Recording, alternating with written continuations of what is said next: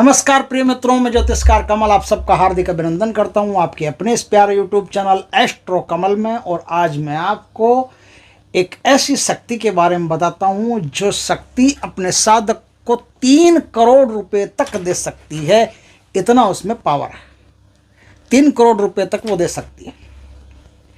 इतनी ज़बरदस्त शक्ति है, लेकिन उसकी एक शर्त है। 3 करोड़ रुपए तो आपको दे सकती है, लेकिन उसको उसकी पूजा जगह जगह करवानी पड़ेगी, उसका नाम फैलाना पड़ेगा। जितने लोगों तक उसका नाम आप फैला सकते हो उतने लोगों तक उसका नाम फैलाना पड़ेगा। जितना नाम फैलाओगे उतना वो शक्ति खुश रहेगी, और जितना मर्जी हो उतना उससे पैसे लो। लेकिन 1 साल में 3 करोड़ से ज़्यादा रुपये वो आपको नहीं दे सकती, इससे ज़्यादा उसकी शक्ति नहीं है। अब इस कहानी पर आते हैं। ये कहानी यूट्यूब पर बहुत ज़्यादा वायरल है, यूट्यूब पर बहुत फैला हुआ है, लेकिन इसकी असलियत क्या है, इसकी हकीकत क्या है? ईसाई कम्युनिटी की साधना यूट्यूब पर चलती है थोड़ी बहुत। उनमें शैतानों की साधनाएं हैं और उनमें एंजल्स की साधनाएं हैं। एंजल्स को हम अपन कहते हैं देवियाँ, वो कहते हैं एंजल्स। परियां वगैरह, अप्सरा वगैरह अपन कहते हैं, वो कहते हैं एंजल्स, देवदूत, देवताओं के संदेश लाने वाली, है ना, तो एंजल्स कहते हैं। तो उनकी साधनाएं हैं यूट्यूब पर बहुत है। और यूट्यूब पर ही क्यों, वास्तव में उनकी साधना होती भी है। साधनाएं तो सबकी होती है। तो उनमें जो शैतान है, पायमोन वगैरह, उनकी भी काफ़ी साधनाएं, ज़बरदस्त साधनाएं होती हैं। उनके तरीके भी अलग है। लेकिन ये भारत में आने के बाद में मामला थोड़ा अलग होता है। यहाँ की जो धरती है ना, ये पहले से आध्यात्मिक और तांत्रिक धरती है। यहाँ पर पूजा पाठ उनका इनका कुछ नहीं। कुछ लोग ईसाई बनाने के लिए, ईसाई कम्युनिटी के, ईसाई मिशनरी के लोग जो है ना, वो हरियाणा गए और हरियाणा में जाके कहा कि भाई आप ईसाई बन जाओ, जीसस क्राइस्ट है, ईसा है, तो वो आपका कल्याण करेंगे, उद्धार करेंगे। तो हरियाणा वालों ने पूछा, भाई ये ईसा होते कौन हैं क्या? तो उन्होंने बोला कि ये जो ईसा मसीहा है ना, ये परमेश्वर के पुत्र हैं। बोलो अच्छा, भगवान के बेटे हैं? बोले हाँ, भगवान के बेटे हैं। बोला देख भाई, बात यह है कि हमारे यहाँ क्या सिस्टम है, जब तक बाप जिंदा होना तो बेटे को कोई नहीं पूछता है। तो हम तो परम पिता परमात्मा की आराधना करने वाले हैं, हमें जीसस क्राइस्ट की ज़रूरत नहीं है। हम तो पिता की साधना करता है, तो पुत्र को कौन पूछेगा? पिता की साधना करने वालों पर तो पुत्र अपने आप प्रसन्न रहता है। लेकिन क्या है, ईसाई कम्युनिटी की साधना लोभवश, लालचवश लोग करते हैं। शैतानों में 8-10 शैतान हैं उनके, उनमें सबसे ऊपर है पायमोन, और भी टॉप क्लास के शैतान हैं जो आपकी आत्मा को गिरवी रखते हैं और आत्मा के बदले आपको बहुत कुछ देने की क्षमता रखते हैं। और अंत में जब साधक मर जाता है तो उसकी आत्मा को उनके साथ जाना पड़ता है और उनके यहाँ झाड़ू पोछा करना पड़ता है, जैसा वो कहते हैं वैसा करना पड़ता है। तो वो शैतानों की साधना है। एक है एंजल्स की साधना। उस एंजल्स में भी 600 से ज़्यादा एंजल्स ऐसे हैं जिनका आप नाम पुकारो, ऐसा करो वैसा करो तो कुछ कुछ सहायताएं मिलती है। लेकिन संपूर्ण ऐसा है वैसा ऐसा नहीं है, कुछ कुछ सहायताएं मिलती है। आज मैं जिसकी साधना दे रहा हूँ वो एंजल्स के नाम से प्रसिद्ध तो है, कई लोग उसको एंजल्स मानते हैं। नीतिका एंजल्स मानते हैं। ये कोई एंजल्स नहीं है, न तो कोई परी है, कोई देवीय समुदाय में आने वाली, न कोई शैतान है जो पायमोन के समुदाय में आने वाली, न तो पायमोन के समुदाय में आने वाली, न देवताओं के समुदाय में आने वाली। ये एक स्वतंत्र आत्मा है और इसकी एक कहानी है। एक स्वतंत्र आत्मा है, ये अपनी पूजा करवाना चाहती है, अपना नाम रोशन करना चाहती है, अपना नाम फैलाना चाहती है, अपने भक्त बनाना चाहती है। इस दुनिया का रिवाज है, जो भी अहंकार के चक्कर में आ गया सबको अपना ही मुरीद, गुलाम, भक्त ऐसा बनाना चाहता है। चाहे कोई स्टेज पर बैठ गया तो भक्त बनाना चाहता है, शिष्य बनाना चाहता है, नहीं तो पावर में आ गया तो गुलाम बनाना चाहता है कि जिधर से निकले लोग उसे जी हुजूरी करे। तो ये चाहता ही है। तो मरने के बाद भी आकांक्षाएं कहाँ जाएगी, चाहता तो वही है। तो एंजल्स के नाम से प्रसिद्ध ये जो प्रेतनी है, ये एक प्रेतनी है, प्रेत शक्ति है, अच्छी प्रेत है, नुकसान नहीं करती। लेकिन प्रेत तो प्रेत है, जिसे हिंदुस्तान में पितृ लोग कहते हैं, वैसे पितृ लोग अच्छे प्रेतों को पितृ बोलते हैं। और क्या, प्रेत और पितृ में अलग अलग फर्क थोड़ी है। वो अच्छा काम करते हैं, डरते नहीं हम उनसे, इसलिए उनको पितृ बोलते हैं, और जिनसे डरते हैं उनको प्रेत बोलते हैं। शमशान से जोड़ देते हैं, पता नहीं। तो अब मैं जो साधना बताने जा रहा हूँ उस साधना की सच्चाई है ये। 1859 में मेसोपोटामिया में एक तांत्रिक शक्ति हुई, जैसे भारत में लोना चमारिन हुई, मंगला चमारिन हुई, है ना, त्रिया बंगालन हुई। ऐसे भारत में जो ऐसी शक्तियां हुई जिन्होंने शक्तियों से, सिद्धियों से अपने आप को सिद्ध कर लिया और सिद्ध नायिकाएं बन गई। आज उनके नाम की साधनाएं होती है और उनसे अभिष्ट फलों की प्राप्तियां होती है। उसी तरह मेसोपोटामिया में 1859 में एक आदमी था सोलोमन और फेरिडा, फेरिडा उसकी पत्नी का नाम था। सोलोमन और फेरिडा के एक ही पुत्री थी जिसका नाम था नीतिका। नीतिका तांत्रिक शक्तियां ग्रहण करती थी और तंत्र मंत्र में माहिर थी। तो ये जितने भी तंत्र मंत्र होते हैं, ब्लैक मैजिक, वाइट मैजिक, जितने भी होते हैं, सब उसने सीखने की कोशिश की थी, सीखी भी थी, कई काम कर लेती थी। कई बार तो मरी हुई मक्खियों को जिंदा कर देती थी और कोई चीज़ मंगवाने में, जैसे पैसे मंगवाने में उसका जवाब नहीं था, जब भी उसको कोई चीज़ की ज़रूरत होती वो हाथ ऊपर करके तुरंत उस चीज़ को मंगवा लेती थी। ऐसी शक्तियाँ उसने अर्जित की थी, शक्तियाँ अर्जित कर की थी। एक रात वो जो साधना कर रही थी और पैसा मंगवा रही थी कहीं से, उसके हाथ में पैसा आ भी गया, लेकिन पैसा आते ही उसके प्राण पखे रुक, क्योंकि प्राण तो परमात्मा के हाथ में। तुम चाहे कितने सिद्ध पुरुष हो जाओ, कितने तुम्हारा नाम हो, कितने शिष्य हों, झुकते हों, कितने आपके मुरीद हों, कुछ भी हो, लेकिन प्राण आपके परमात्मा के हाथ में। आपकी जो डोरी है ना, वो जब खींच लेगा आपको ऊपर जाना पड़ेगा। तो नीतिका जी ऊपर चली गई, ऊपर चली गई, लेकिन शक्तियों से सिद्ध आत्माएं मुक्त नहीं हो सकती। और शक्तियां जाए असको नहीं जन्मा जग माही, प्रभुता पाए जाहि मद नाही। ऐसा कोई पैदा नहीं हुआ, प्रभुता पास से, और अहंकार नहीं हो। अहंकार चाहता क्या है कि मेरी पूजा हो, सर्वत्र यत्र तत्र सर्वत्र लोग मेरे नाम के गुणगान करें। नीतिका के पास एक यंत्र था, उस यंत्र से ही वो सारी शक्तियों को बुलाया करती थी, उस यंत्र से ही वो सारी शक्तियों से कनेक्ट हुआ करती थी, अपने विचार भेजती थी, उनसे जो है वो कम्युनिकेशन करती थी। इस प्रकार से कई काम उस यंत्र के द्वारा वो करती थी। जैसे ही नीतिका मरी, उसकी आत्मा उसके शरीर से बाहर निकली, वो आत्मा उस यंत्र में घुस गई। यंत्र आपकी स्क्रीन पर मैं दे दूंगा। उस यंत्र से, नीतिका से आप जो चाहोगे, जो मांगोगे वो आपको मिलेगा। अब इसके मांगने के कई तरीके, अलग अलग तरीके हैं, किस प्रकार से उनको करना पड़ेगा, लेकिन घुमा फिरा के आखिर में एक ही तरीका है कि मैं आपके नाम को फैलाऊंगा, स्प्रेड करूंगा, फैलाऊंगा, जितना फैला सकता हूं आपके नाम को फैलाऊंगा।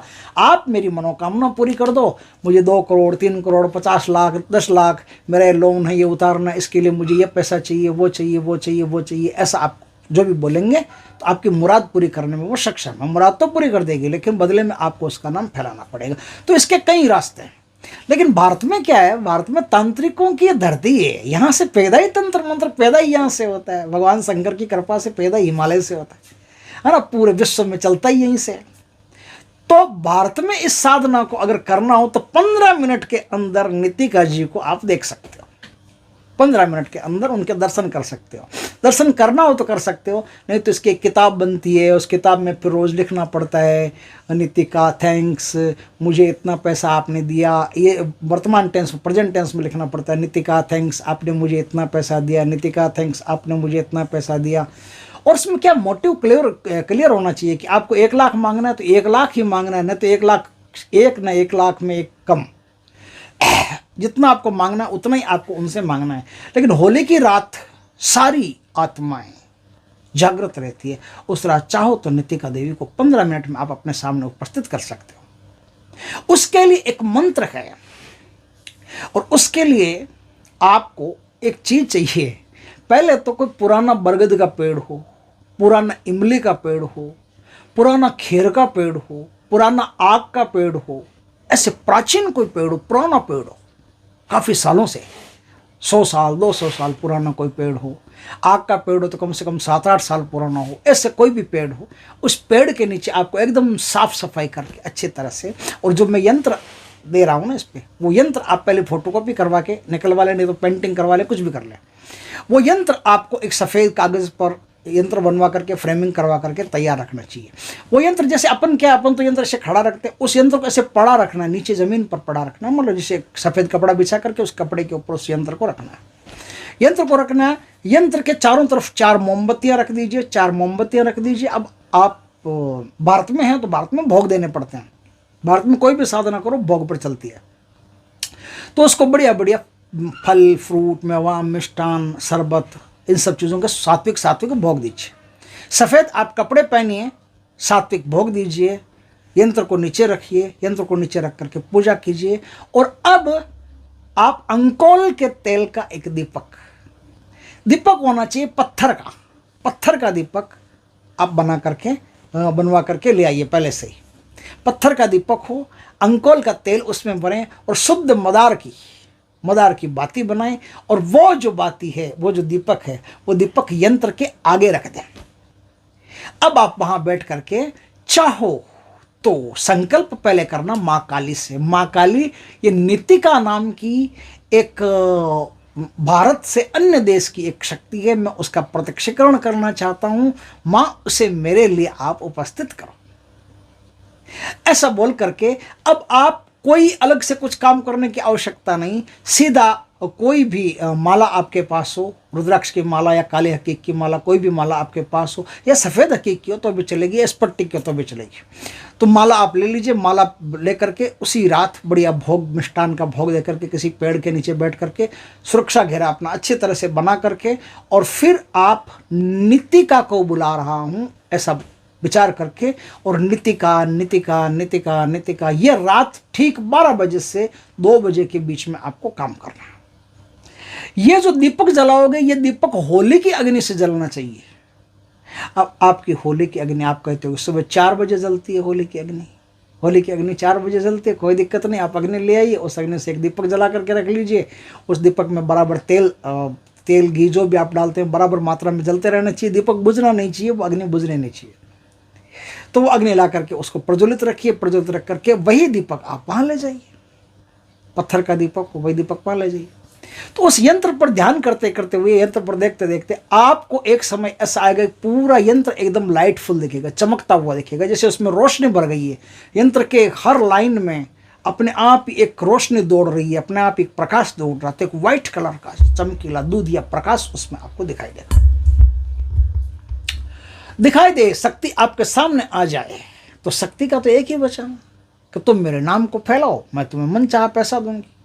तो मन चाहा पैसा आप एक टारगेट रखना। आप ये नहीं कि पहले 50 लाख मांग लिया और फिर 75 लाख तो दे दो, ऐसा ये वहाँ बार्गेनिंग नहीं चलती है। ध्यान रखना, वहाँ एक शब्द एक ही बात में होता है, एक ही बात में तुलता है। जो आपने पहले विचार कर लिया वही अमाउंट रहेगी, उस अमाउंट के अलावा और कुछ नहीं कर सकते। बाकी इसको बुलाने के लिए अन्य दिनों में अन्य बहुत सारे तरीके हैं। एक मंत्र और है, ओम ह्रीं देवाकर्षणाय धनम कुरु कुरु स्वाहा। ये मंत्र भी बहुत शक्तिशाली है, किसी भी शक्ति को बुलाने का जबरदस्त मंत्र है।